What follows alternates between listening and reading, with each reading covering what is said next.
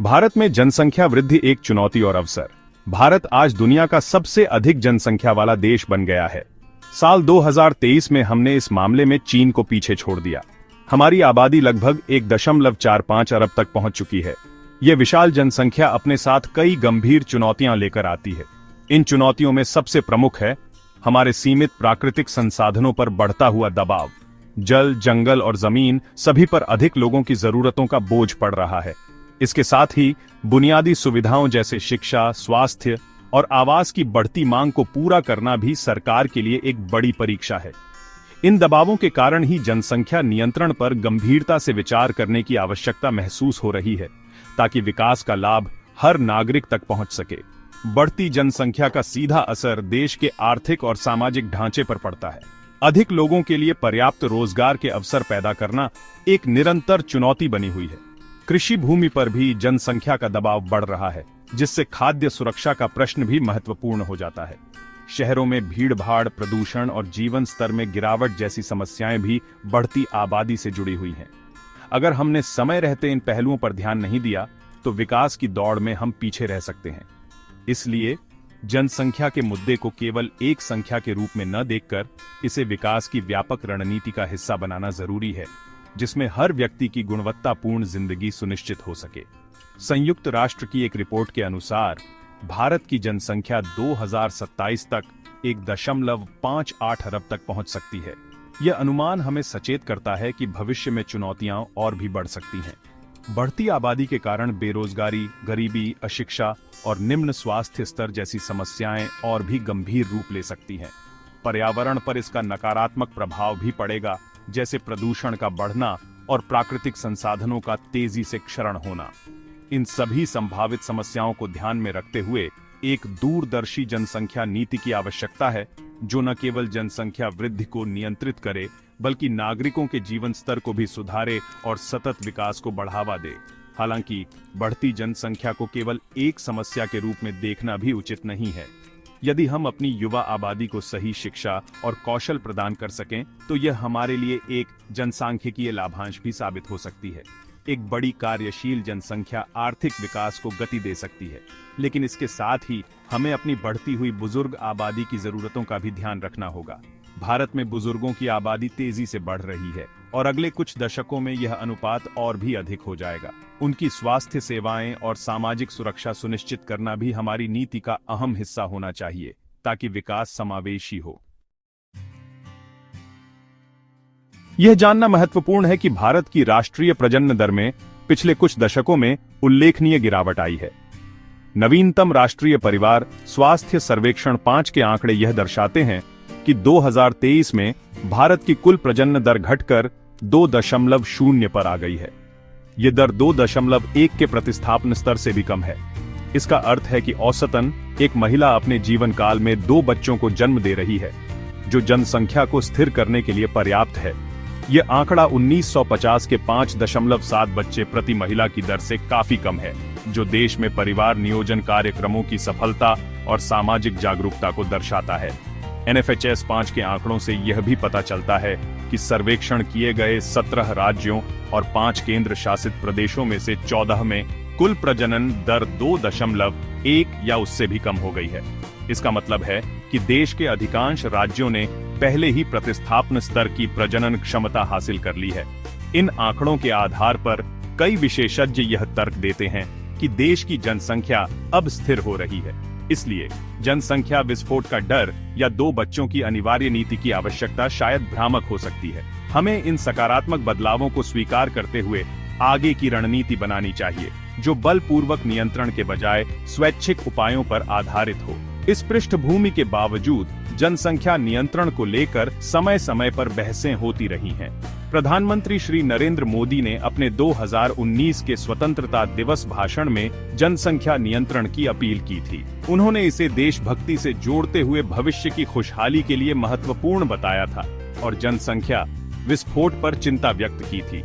इसके अतिरिक्त 2020 में प्रधानमंत्री ने महिलाओं के विवाह की आयु में संभावित संशोधन की भी बात की थी, जिसे कुछ लोग अप्रत्यक्ष रूप से जनसंख्या नियंत्रण के उपाय के रूप में देखते हैं।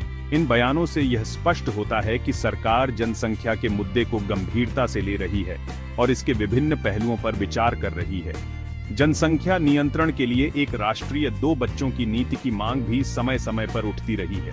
13 अगस्त 2018 को राष्ट्रपति को इस संबंध में एक याचिका भी सौंपी गई थी। इसके अलावा 10 जनवरी 2020 को उच्चतम न्यायालय ने जनसंख्या नियंत्रण कानून की एक याचिका पर केंद्र सरकार को नोटिस जारी किया था। हालांकि बाद में न्यायालय ने कहा कि यह संसद के अधिकार क्षेत्र में आता है।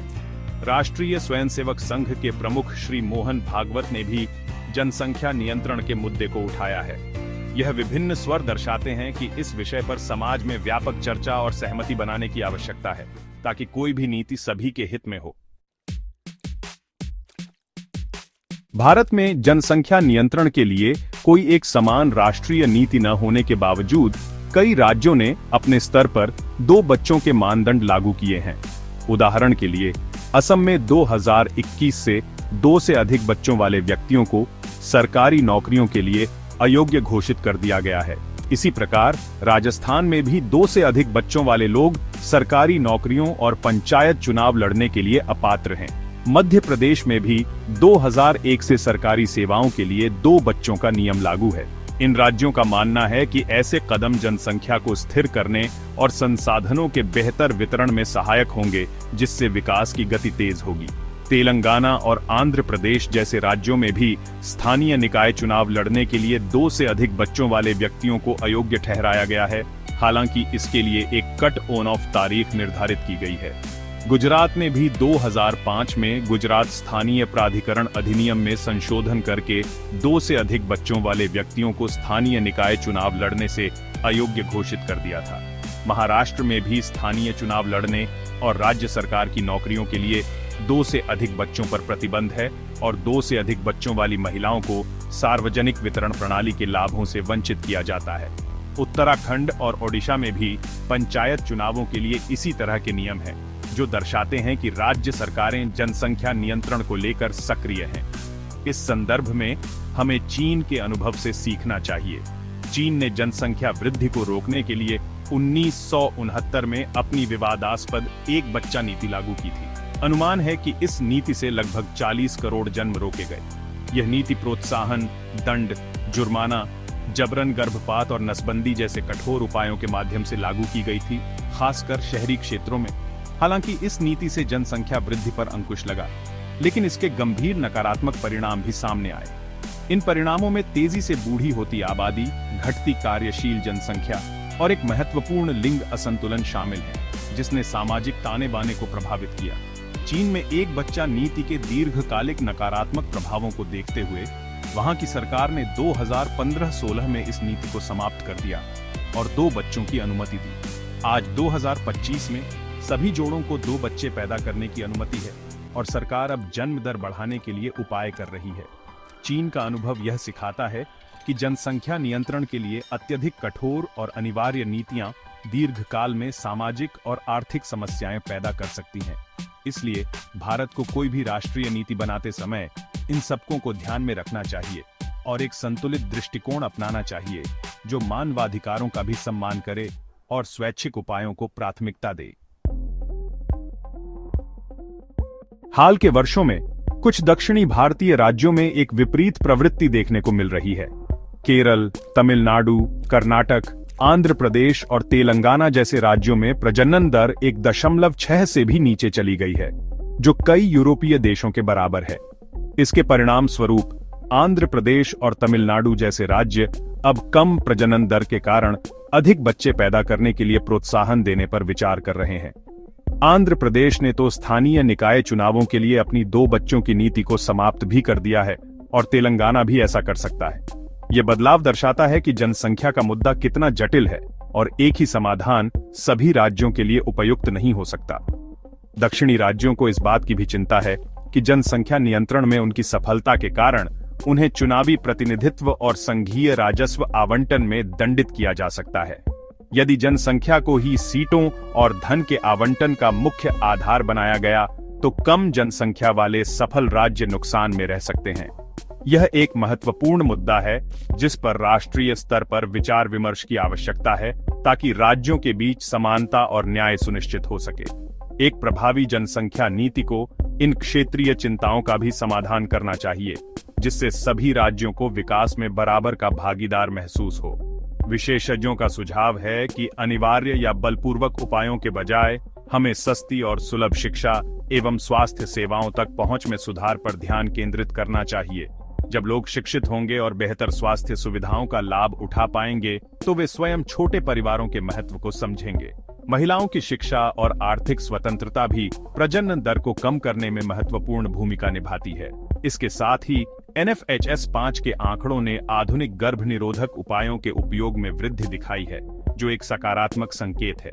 हालांकि बाल विवाह में वृद्धि भी एक चिंता का विषय है, जिस पर तत्काल ध्यान देने की आवश्यकता है, ताकि कम उम्र में गर्भधारण को रोका जा सके।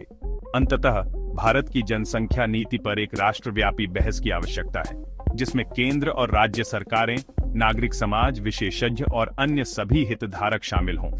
हमारा लक्ष्य एक ऐसी संतुलित नीति बनाना होना चाहिए जो न केवल जनसंख्या को स्थिर करे, बल्कि स्वस्थ और सक्रिय वृद्धावस्था को भी बढ़ावा दे, कामकाजी जीवन का विस्तार करे और हमारे विशाल जनसांख्यिकीय लाभांश का सही उपयोग करे। विकास के माध्यम से जनसंख्या स्थिरीकरण का मार्ग अपनाना चाहिए, न कि किसी भी प्रकार के दबाव या जोर जबरदस्ती का। एक स्वस्थ, शिक्षित और समृद्ध भारत ही हमारी जनसंख्या नीति का अंतिम लक्ष्य होना चाहिए, जो आज की परिस्थितियों में अत्यंत प्रासंगिक है।